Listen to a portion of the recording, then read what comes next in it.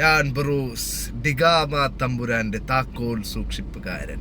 ഈ ഒരു സംഭവമാണല്ലോ നമ്മുടെ എന്താ പറയാ, ട്രെയിലർ വന്നപ്പോൾ മുതൽ അല്ലെങ്കിൽ ടീസർ വന്നപ്പോൾ മുതൽ പടം അനൗൺസ് ചെയ്തപ്പോൾ മുതൽ നമ്മൾ കേൾക്കുന്ന ഒരു സാധനമാണ് ഞാൻ ബ്രൂസ്. അങ്ങനെ നമുക്ക് സിനിമയിൽ നിന്ന് എക്സ്പെക്ട് ചെയ്യാവുന്ന കുറച്ച് കാര്യങ്ങളുണ്ട്, അതൊക്കെ തന്നെ എക്സ്പെക്ട് ചെയ്താണ് പോയത്. ഇതൊരു വളരെ കുട്ടികളുടെ സിനിമയാണെന്നൊക്കെ പറഞ്ഞാണ് എല്ലാം പറഞ്ഞിരുന്നത്. സോ നമ്മൾ അതൊക്കെ എക്സ്പെക്ട് ചെയ്ത് പോയി.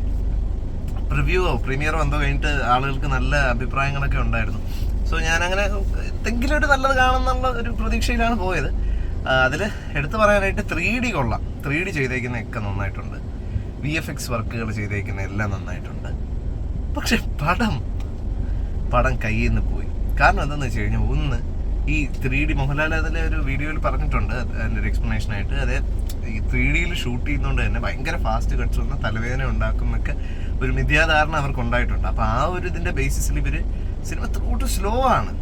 ഇപ്പം ഒരാളോട്ട് മോളെ ഇസബെല്ല കൈയൊക്കെ കൊണ്ടുപോകണേക്കെ നമുക്ക് പിടിച്ചു നിൽക്കാൻ പറ്റില്ല, അത്ര സ്ലോ ആണ് ഒരു സാധനം ഇങ്ങനെ കൊണ്ടുപോകുന്ന. ഇതിന്റെ കഥ എന്ന് പറഞ്ഞാൽ ഭയങ്കര സിമ്പിളാണ്. പണ്ട് കാലത്ത് രാജാക്കന്മാര് നിധി കാക്കാനായിട്ട് ഒരു ഭൂതത്തെ ഏൽപ്പിക്കും. ആ ഭൂതത്തിന്റെ ചുമതല എന്ന് പറയുന്നത് അടുത്ത തലമുറയിലുള്ളവർ വരുമ്പോൾ നിധി കൈമാറുക എന്നുള്ളതാണ്. ബേസിക്കലി അത് തന്നെയാണ് ചെയ്തിരിക്കുന്നത്. ഇതിനകത്ത് ഇസ എന്നുള്ള അല്ലെങ്കിൽ ഇസബെല്ല ക്യാരക്ടർ ചെയ്തിരിക്കുന്ന കുട്ടിയുടെ അഭിനയം വളരെ മോശമാണ്. എനിക്ക് തോന്നുന്നു ഒരു ഫോറിനറാണെന്ന് തോന്നുന്നു, പക്ഷെ ഭയങ്കര മോശം. ഇതിനകത്ത് എടുത്തു പറയാനുള്ള ഒരു പോസിറ്റീവ്, ഏറ്റവും ഒരു പോസിറ്റീവ് എന്ന് പറയുന്നത് ഇതിന്റെ മ്യൂസിക്കാണ്. കിലിയൻ എന്ന് പറഞ്ഞിട്ടൊരു ഫോറിനറാണ് അത് ചെയ്തിരിക്കുന്നത്.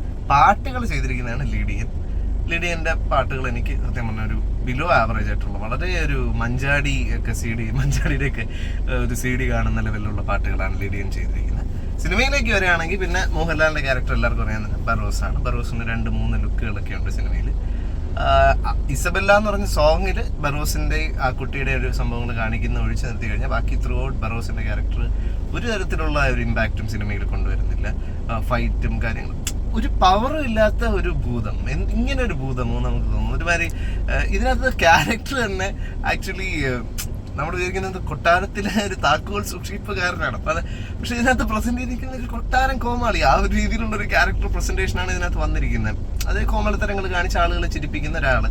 അയാൾ അവസാനം ഒരു രക്ഷയില്ലാതെ വന്നപ്പോ താക്കോൽ ഏൽപ്പിച്ചു രാജാവ്, എന്നിട്ട് ഭൂതമാക്കി ഇരുത്തി. അപ്പൊ ഈ ഭൂതം പിന്നീട് കാര്യങ്ങൾ എങ്ങനെയൊക്കെ കൊണ്ടുപോകുന്നു എന്നുള്ളതൊക്കെയാണ്. ഇതൊക്കെ ഓക്കെ, ഫാന്റസി പടമാണ്, നമുക്ക് അറിയാം, ഇതൊക്കെ എക്സ്പെക്ട് ചെയ്യണ്ട. ഓക്കെ, എല്ലാം ഞാൻ സമ്മതിച്ചു. ഇതിനകത്തുള്ള എന്ത് സംഭവം നമുക്ക് ഓക്കെ എന്ന് പറഞ്ഞിരിക്കാം. പിന്നെ കുട്ടികൾക്കുള്ള സിനിമ എന്ന് പറഞ്ഞാൽ ഈ കാലത്തെ കുട്ടികൾക്കുള്ള സിനിമയല്ല ഇത്.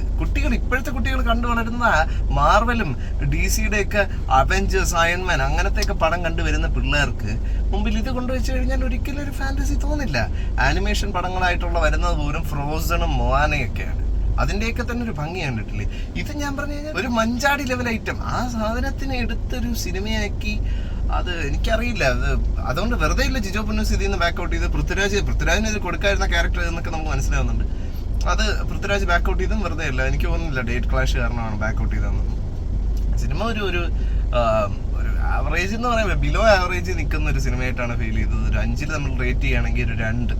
ആ 2 എന്ന് പറയുന്നത് മോഹൻലാൽ എടുത്ത എഫർട്ടിനാണ്. മോഹൻലാൽ ഒരുപാട് കഷ്ടപ്പെട്ടിട്ടുണ്ട് ഈ സിനിമയ്ക്ക് വേണ്ടി.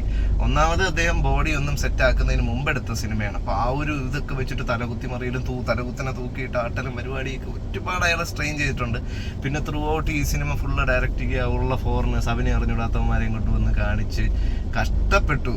അത് മോഹൻലാലിനെയും മറ്റേ ഗുരു സോമസുന്ദരത്തിനെയൊക്കെ കാണുമ്പോൾ നമുക്കൊരു ആശ്വാസമുണ്ട്, പരിചിതമായിട്ടുള്ള നമ്മൾ. ബാക്കിയുള്ളവരൊക്കെ വന്നത് പ്രതിമ പോലെ നിൽക്കും. ഇതിൻ്റെ അകത്ത് പ്രധാനമായിട്ട് വരുന്ന ഡിഗാമ തമ്പുരാനൊക്കെ എൻ്റെ പൊന്നി എങ്ങനെ കാസ്റ്റ് ചെയ്യാൻ തോന്നി. പിന്നെ ഇതിൽ എടുത്ത് പറയേണ്ട ഒരു കാര്യം, ഇതിൻ്റെ അകത്ത് മെൻഡോസ എന്ന് പറഞ്ഞൊരു ക്യാരക്ടറുണ്ട്. ഈ നിധി മോഷ്ടിക്കാൻ വരുന്ന ആളുടെ തലമുറകൾ കഴിഞ്ഞു വരുന്ന നല്ല ശബ്ദം, അയാളുടെ ശബ്ദം ചെയ്തിരിക്കുന്നത് 70 വയസ്സായ ഒരു അപ്പൂപ്പനാണ്. ഇതിൻ്റെ അകത്ത് അയാളൊരു സായിപ്പല്ലേ, ഒരു സായിപ്പ്. ഇപ്പം പൃഥ്വിരാജിന് പകരം ഒരു ക്യാരക്ടർ ഉണ്ട്, ആ ക്യാരക്ടർ ചെയ്തിരിക്കുന്ന പുള്ളിക്ക് ഡബ് ചെയ്ത ആളിനെ കൊണ്ട് ഇതിൽ ചെയ്യിച്ചാൽ മതിയായിരുന്നു. ഇതൊരു സായിപ്പ് വന്നിട്ടൊരു മതി ശ്വാസകോശം സ്പോഞ്ച് പോലെ ആ ശബ്ദത്തിലൊക്കെയാണ് സംസാരിക്കുന്നത്. അപ്പൊ അതൊക്കെ കൊണ്ട് ഈ സിനിമയിൽ കുറേ ഫ്ലോസ് ഉണ്ട്. എടുത്തു പറയാനുള്ള കുറച്ച് നല്ല കാര്യങ്ങൾ പറഞ്ഞാൽ മ്യൂസിക്, അതായത് BGM, പാട്ടല്ല, BGM നല്ലതാണ്, വിഷ്വൽസ് നല്ലതാണ്. പിന്നെ മോഹൻലാലിന്റെ ലുക്കും കാര്യങ്ങളും ഒക്കെ പ്രസന്റ് ചെയ്തേക്കുന്നതൊക്കെ നല്ലതാണ്. മോഹൻലാലിന് ഒരുപാട് ഐഡിയാസ് ഉണ്ട്, പക്ഷെ അത് എക്സിക്യൂട്ട് ചെയ്ത് വന്നപ്പോഴത്തേക്കും വളരെ സ്ലോയിൽ വന്ന ഒരു സിനിമയായി. വളരെയധികം സമയമെടുത്താണ് ഓരോ സീനും എന്താ പറയുക മാറി പോകുന്നത്. ഭയങ്കര സ്ലോ ആണ്. അപ്പം അത്തരം കാര്യങ്ങളൊക്കെ ഒഴിച്ചു നിർത്തി കഴിഞ്ഞാൽ നമുക്ക് ഇങ്ങനെ സിനിമ കണ്ടിരിക്കാം. ഒരുപാട് ആളുകൾക്ക് എനിക്ക് തോന്നുന്നില്ല ഇത് കുട്ടികൾക്ക് പോലും വർക്കാവാൻ സാധ്യതയില്ല. നിങ്ങൾ ഈ സിനിമ കണ്ടവരാണെങ്കിൽ ഇപ്പം നിങ്ങൾക്ക് ചിലപ്പോൾ എൻ്റെ അതേ അഭിപ്രായമായിരിക്കില്ല, നിങ്ങൾക്ക് ചിലപ്പോൾ മറ്റൊരു അഭിപ്രായമായിരിക്കും. ഞാനൊരു മോഹൻലാൽ ഫാനാണ്. അപ്പം ഞാൻ അദ്ദേഹത്തിൽ നിന്ന് ഈ ഒരു ഡയറക്ടോറിയൽ ഡെബ്യൂ എന്നൊക്കെ പറഞ്ഞപ്പോഴത്തേക്ക് ഞാൻ എന്തെങ്കിലും ഒരു സ്റ്റഫ്, എന്തെങ്കിലും ഒരു ഐറ്റം കാണും അതിനകത്തുനിന്ന് അടിച്ചു. അതിനകത്ത് കുറച്ച് കാര്യങ്ങൾ മോഹൻലാലിൻ്റെതായ കുറച്ച് ഐഡിയാസ് ഒക്കെ ഉണ്ട്. ഈ വെള്ളം കുടിക്കുമ്പോൾ തലകുത്തനെ പോകുന്നത്, അത് കുറച്ച് സാധനങ്ങൾ ഉള്ളത് ഒഴിച്ചു നിർത്തി കഴിഞ്ഞാൽ അങ്ങനെ എടുത്തു പറയത്തൊക്കെ ഒന്നും തന്നെ ഇല്ല. സോ നിങ്ങൾ ഈ സിനിമ കണ്ടവരാണെങ്കിൽ നിങ്ങളുടെ അഭിപ്രായങ്ങൾ രേഖപ്പെടുത്തുക. വീഡിയോ ഇഷ്ടപ്പെട്ടെങ്കിൽ ലൈക്ക് ചെയ്യുക, ഫ്രണ്ട്സിനും ഫാമിലിക്കും എല്ലാവർക്കും ഷെയർ ചെയ്യുക. GJOS എന്ന് പറഞ്ഞ എൻ്റെ ഈ ചാനൽ ഒന്ന് സബ്സ്ക്രൈബ് ചെയ്യുക. പിന്നെ എടുത്തു പറയേണ്ട ഒരു കാര്യം, ഈ സിനിമ മൊബൈലിൽ കാണാനൊന്നും പ്രതീക്ഷിക്കേണ്ട. ഇത് എക്സ്പീരിയൻസ് ചെയ്യണമെങ്കിൽ 3D തന്നെ തിയേറ്ററിൽ തന്നെ എക്സ്പീരിയൻസ്. കാരണം 3Dക്ക് വേണ്ടി ഒരുപാട് സീൻസ് അവർ എടുത്തു വെച്ചിട്ടുണ്ട്. 3D തിയേറ്ററിൽ തന്നെ എക്സ്പീരിയൻസ് ചെയ്യണം, മൊബൈലിലൊന്നും അത് വർക്കാവില്ല. ഓക്കെ, സോ മറ്റൊരു വീഡിയോ കാണാം. അതൊരു GJO സൈനിങ് ഓഫ്. ബൈ.